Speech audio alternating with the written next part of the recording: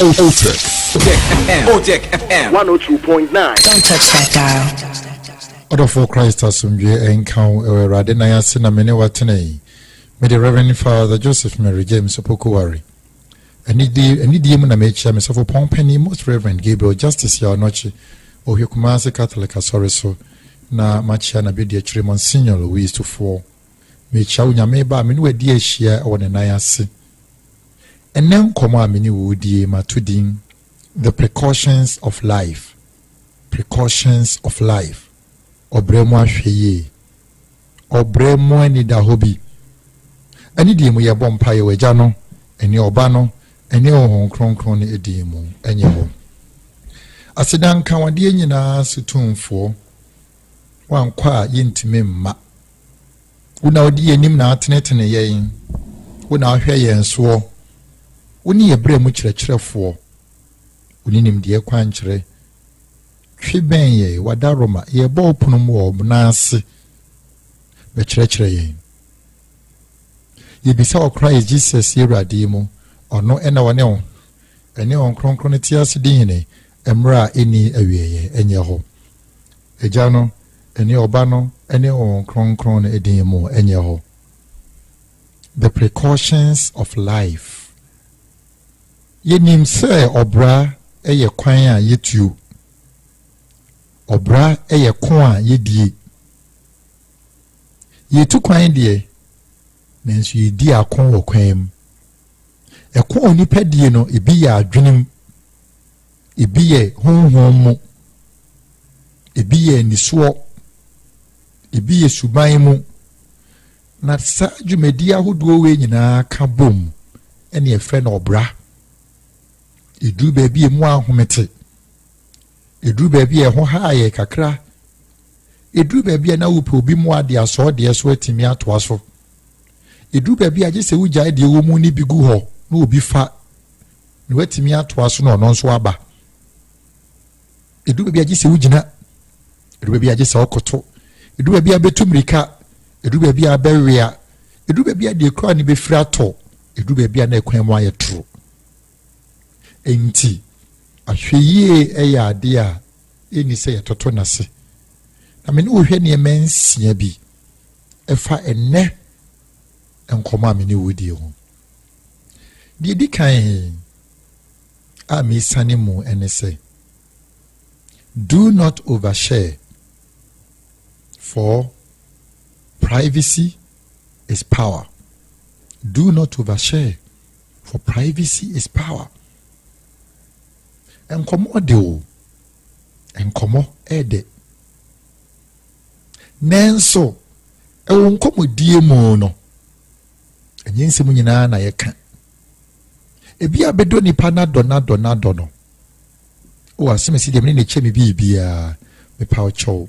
Obi bia no yibi frim. If you say so obi nim bibi fa wo ho a ontimi nsai sa ade no. People cannot ruin what they do not know about you. Ubi nim bibi fa wo a ontimi nsai ne da. Edana me kan wa sorry, and it is true. Breakfast prayers no. Ya na nyempa ye nko a o. Edu ya yi pose e de obremu nsem se bi hyehyem e me ani ba ya ho so ne agina so ne agina Awurade no asem so ne de abompa ye ne wa yi bibi adi ne agina so ne de abompa ye bo nse ne di sane ne emem upie kwa abontene a no akobo so bra o adwuma mu wa ware mu o sugedie mu na no krasem ba ko ne se yesu su cha won nsem asabio ensem nya aduane ne yesi ne koso onipa wabra bom nsem enye aduane ne yesi ne koso obia betubi ana obia betobi. What is about you is about you. What is about them is about them. What is about you and them is about you and them. The fa wo ho fa wo ho. The fa wo mo ho ne fa wo mo ho. The fa wo ne wo mo ho ne fa wo ne wo mo ho. Enti yemfa the fa wo ho no enkofra wo mo de. If we say so obi nim wa ye woni ne nche ye no se onimu a no crasem ne say ontime say no maka pen say otamfo okontie nipa no se wumie wa no nka asem a wonim de wo wutirim da bi e ma re mfi se ono so ya abode and or you limited it se wubie wa no se nyame mfa maaya onhunu ene nyame nso nton wo ma otamfo ne nye hwe na emu mobode ma ho ban free ne ho enu nti eyesu kye wo nsam mi mo hu bebi de nam ne nam no ya na honhon wo ho ewomu say ya metetufu say emprempe niema honhom niema say obehunu mu if say ibinum de akire kunya sunsumfin so nyame mie bibi so nkire wa empresa obehwe anunti kawono tum wonsem bi ho sinsem bi so ne maame wose wo ka fa me ho se wo usi asem so wo me free me nkwara bere mu nyina no ansa na me bie ma no a me ka asem bi ye hintaye masem na chese eno so wo hopa nya sa no way me nyini ye nyina sa ubebi sa me fada hwan na ye me nso betimi aye ne bi timi ne bi empire na ye mo fada o kana me hunu de meye hunu de obeye me ka kire wo wi a okwa hunu de obeye tibon so bi wa o se me compile bona father ka say that is a lie o bo mi din na de abata won wo de nyanyina so aka de wo ka no fi say enipa bi say de asem bi say fini ho ba enipa beji adi but not with me menyesa mentesa na menyesa anso enye nsemu nyina na ebie so enye aso nyina so na ties masem sa de toso mienu on the precautions of life. Do not take everything personal. Do not take everything personal. For not everyone thinks about you as you perceive. Not everyone is bothered about you as you perceive. Susu fat niema chenchene chechire wo ho, susu ji niema ba ema wo ho, susu ji nse ma wo ho.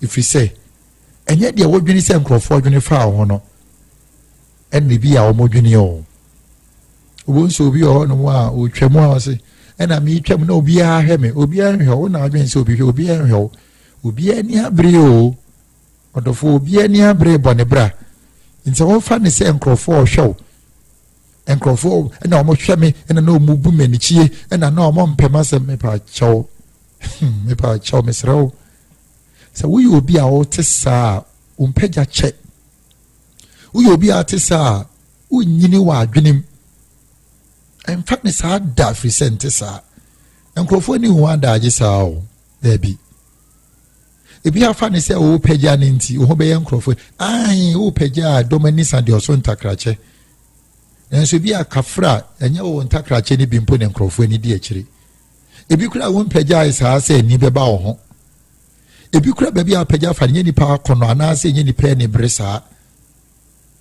nenso bi afa ne se wate se o pagya o ho be yankrofo anyi nkrofo betan o nti wo mu no o fa ne se o pagya ebi kura afi na wo hemba ebi afi na wo pempen so undu ne mpompon so se o ho be yahi ne nkrofo atan wo nti yesu su fa nsem ne gensem ma wo ho asemesi won asem a obentin ye koye na o ka no na woni mi o me pa cho na nye woni o no ne o se nye woni o asem de so waka wo de wonni mu ntra na woni me wai na woni me pa cho na nye woni o wo yesa e no kra ne be ma ho aye ehi wo yesa e no kra ne be ma ho aye abufuo se bi o se no woni o no wayi wani a enka ho no woni o na wo mo odin a enfa wo ho hwe odofui di nipa kafa ye ho nyina na agema ye ho anke ye wuo ewiase se wo bobra no ani abre se wo bobra dia enye se nipa kan nyina na agema ye ho ebi okra wutimi wo se woni na hi ntase mo nkomo bi amudi ye na wo ka ni pem wotu nani abeto wanim wayi nani to aso ka ignore them obodi kura nyema wo ho So bodi jo ebi e honya onkwa na adijo fan say nyewa ebi a wadaf back as mes nyewa 7 na waken dabi me dabi ni dabi na nyamia enti se ebetra onipa a oka che ne say nyewa no ebedu ne ni obeka se no nya ono a enti odofo susu fan sem chekere ho ate susu ji nsema wo ho susu ji nsema wo ho na so obeye wa adwene say how be abeji ama wo ho a obewu ntemo so wo ye wa adwene say ensam keke bi abeji abobo a obewu ntemo sro wo ye sa wani nye me po edi etwato me yi asemu ya san ba betum sro pa. Don't take everything too personal. No. Ubia na ni afia obo brebia ntesa. Ubia na ni afia obo brebia ena me ne asumesi nkasa. Me ne obenten so ayaka entina me ne obenten so nkasa no. Sa na na no asumesi ya na me ne me pa cho yesa o nkwara asem enkwara asem. Me kire o ade bi hia de bi. Say uhia onipa one wonka. And you any man, be bold and approach the person and greet the person. That is courage. So we share obia who so mpewasem. E hunu na ni wachi mano enye sa ni huhu ebedi wachi sa. Obi na no waka se bia obeji ama ho so obo wakutia. Nanso nipa wa hunu say uchiri wo no. Se wuri ni shia obedwem a nya kokoduro ti wanim Shiano, bisanza no want to say, not to us. Onu be shia bedroom bia no ni so obeba ho bia obesuru. Enso na woni ni ho adwen bone na wo bo obra se nyame ba na wo bo obra so obremu obi a nani da fom obremu badwen ba. Intimi sro enye nsem ma wo ho saa. Ne me kan wo de opa sohwe. Wo se wo nhia ni padema wo ye mo nhye wo da. Na se we obi a woje niam ensema wo ho de a ene ebe se oni asumesi ayaka oni obenten so nkasa ubu se wa na wani nyi ebe kakra unya yanka be di saa emreye na wo so no awan hwia gi se okodwa atoa gi se okopa acha nso bia na adi bem enu nti se mpokura asem na o ka ne fa wo ho a kan sisi so. Now I said you want to, command your life, command authority, and you will command respect in life. Dear Tosso miensa a mi sanimo and say, when you focus on problems, you will have more problems. When you focus on problems in life, you will continue having problems. You continue to have more problems. But when you focus on solutions, then you will have more opportunities at your disposal. You have more opportunities at your disposal. So what do you need a how? Uno bibia say a how? Uno bibia say beseo? Uno bibia say yemkutia pa chow. Anyway, brabo nyina mu. Wonkwane nyina mu.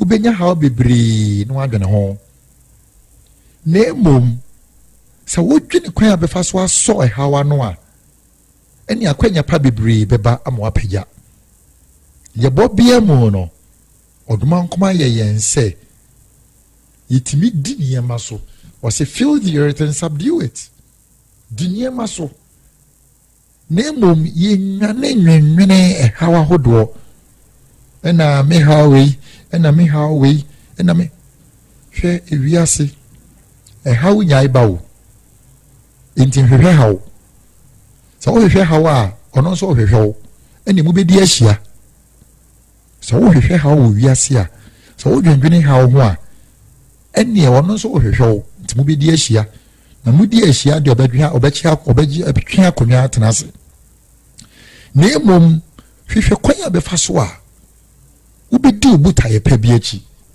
enu na so kokohia hawa wo hwe ne se hawo na emom be hwe ne se eye enkunimdi anamon bi a wotuo Nebra wutu sa nkunimdi anamo no ubehia kwanya pa bebre ubehia ne mapa bebre enipa bebre sabio ontimi mpagya firi sɛ wonsunsum so ate sɛ wohia nipa na sɛ woyɛ nkrɔfo a wobɔ nipa fam na sɛ ni ositie ne bom na wo ɛyɛ wo dadwene a ɛne wo bɛbɔ wo fam o srɛ wo menua branti a wosi so menua baaya babawa wosi so. Do not go about focusing on problems. Focus on solutions. No cross me say, ade bia ni ho aburu nipa so se wontime nso ano. E wo ye bobiem. Nanso ye nipa abemu buntam. E ho do kru nipa. Many abranti bi hia na mene ne chaade bi na mene wo che. Say, ade bia wo sha ase a edi kan pente ni hwini mu e bon trene no e kire se ibeye yintra ibi enso hwe bi a wo twroye wo feli baako wo twro bi wo feli e kire se wo twro na wo passe a e be pagya wo asembi na meka ne saa no enti hwe kwan a be fa so a wo betwro atwa adwuma na wo ye ade di kan a se we hu so no de tosumienu a we hu so no buure mu bi na hwade buure m ebra a wasiesi waye nsiesi waye nkorakora ahodo wo se kwan ne mutene a ekwa ni munyammo. Focus on solutions, for in them are more opportunities than the problems which we pursue. The Tasso and 9, those who gossip about people to you will also gossip about you to others. So take precautions. Those who gossip about people to you will also gossip about you to people. Enkrofo mubedi nkrofo hu kowa kire wo no. Sa nkrofo no ebedi wonso hu kowa kire nkrofo. If say wo kowa di mu no. Wo de ba na o de aba. De wonte da o de ba. Na de ono nso nte da o de atoso. Inti mudi nsisa. Ifri sa brene ekono. Mo ba beye kowa difuo. Inti o de won sembe ko said do di bi ba ye no sa na otie so do ani to form a so do aso to form a so be ka ya u be hu se ensem bi akeka kire ni pass mesi no okote ni baby foforo o ba no de bi ba na mudi nsisa into the koi said ya wo de odi bi bre wo no enu nti na ya hwiye e won krofo mo de krofo nsem e ba wani mo ho. Be careful about the people who come to gossip about others to you, for they will also carry your information in the form of gossip to other people. Sometimes they can even add more. Edudo ebia womo amudi nkrofo nsemba be ka kire wo no wo kan bi no womo de odi e kwa womo sa de bi mpo keka ho. They can exaggerate. Womo de bi be keka ho. They will exaggerate. Afibon sa asem no be ye hanyan ensem be page was asumesi ne kan e nkrofo kan asem. There is a story told about someone. A farm nkrofo suban bi ho o se asemesi obenten se obekun into ade wako ha o se me o se ai o se sema na aka no o se oh come there enya won so na aka kire me say yenko ha yenko yesi watene to konkonsa na mudi ye no se yemma na ehye na furu mu ma na me no na ne hometi a ebepie enkrofobia sem wasi ni trinye hosi nti mesraw miamia bia ya wudi nkomo miamia bia okika nkrofo ho nsem sese ni me bia hyase e koso asa ba be kan asetena ho sese ko wadi ye fa ne senya bone bio e pa cho ye bone o nkrofo ho nsem keken hunu unhuni na woka yesi wo kama ne yese de na ugina ho So you be a obo bra na wote saa eni die mu na mese otwa so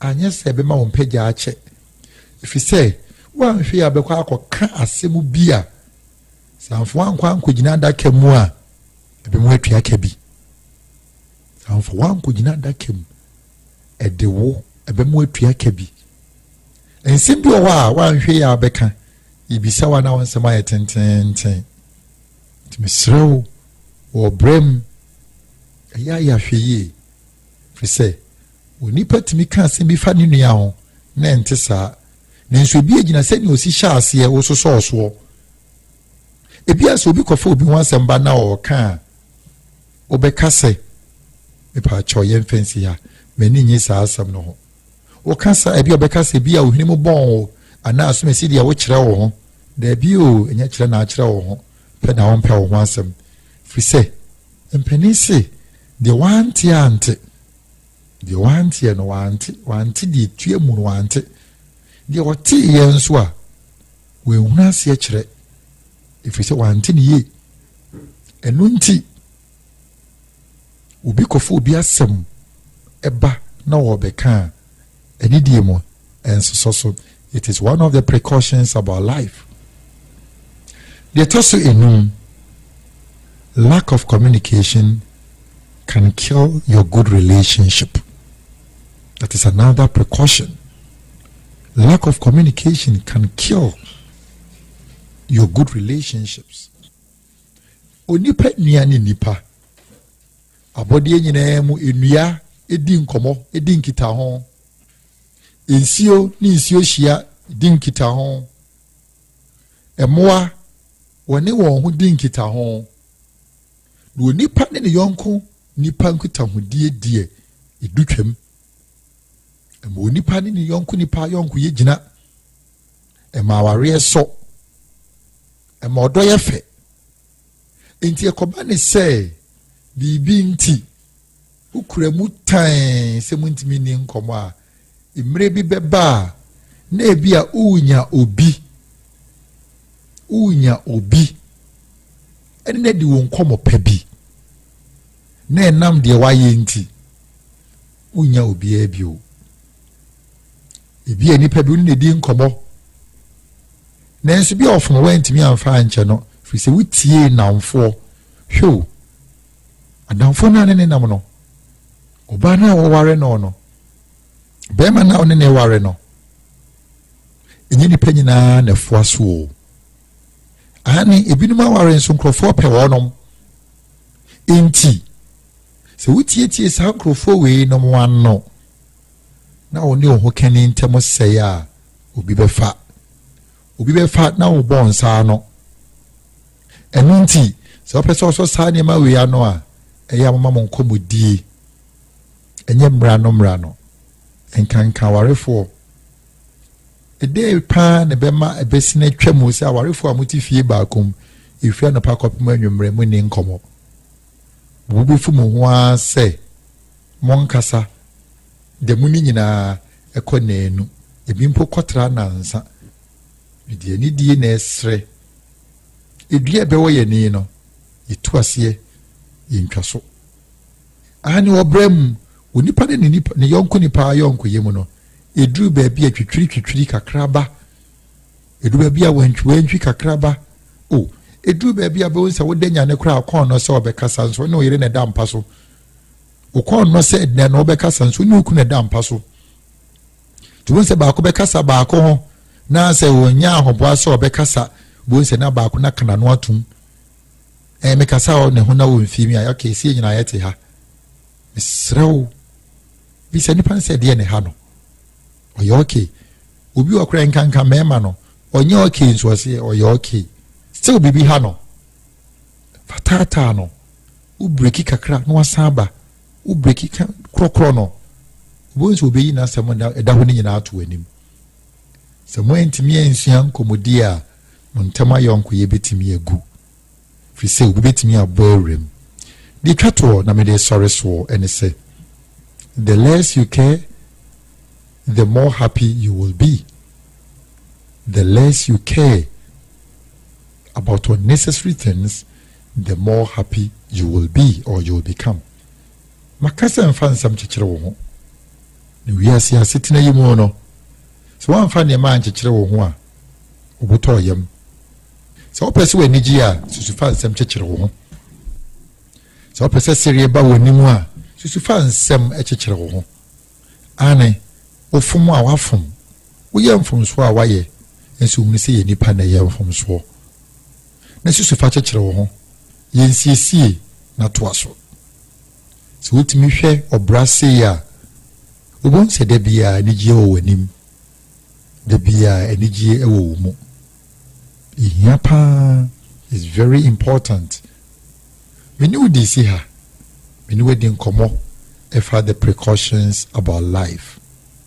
Adomdom ye ne ochina mrekro na me ne obihia metumi se for by breakfast prayers eso asika fra ewo ofurikrum Roman Catholic sorry ho St. Agnes and Catherine sorry ho ewo municipal assembly ofurikrum Angunaga Junction municipal assembly abrosan nechi Roman Catholic sorry for St. Agnes and Catherine ho ne ewo empire na sha se joada ne fiada na memneda nyame nam so de ye niam bebree woni pa brabom bra fra wadanfo bi eniam sha oso no bra wa beginem radi be bie niam so ne ye bo na ye bo ne ye bo be won se obiebie kwan obetimi afrem ahoma so 020 8668 304 020 8668 304 yebom paye weja no ne oba no ne won kronkron ne de mo enye ho eda wasio osuru nyame ona atenetene yen